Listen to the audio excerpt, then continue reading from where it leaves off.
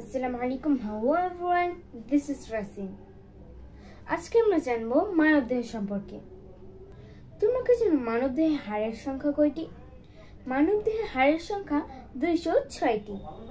তা কি জানো মানুষের মেরুদণ্ডে কয়টি হাড় রয়েছে? মানুষের মেরুদণ্ডে 33টি হাড় রয়েছে এবং হৃৎপিণ্ড শুধু রক্ত চলাচলের কাজ করে। তোমরা কি জানো রক্তের রং লাল কেন?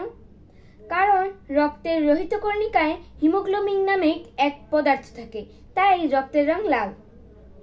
আমরা তো সব কান দিয়ে শুনতে পাই, কিন্তু জানো আমরা কোন কান থেকে বেশি শুনতে পাই? আমরা ডান পাশের কান থেকে বেশি শুনতে পাই। তোমরা কি জানো আমাদের শরীরে রক্ত চলাচল করে এর বেগ কত? এর বেগ হলো ঘন্টায় 11 কিলোমিটার। আমরা হয়তো জানি দাঁত ও হাড় গঠনে ক্যালসিয়াম সাহায্য করে।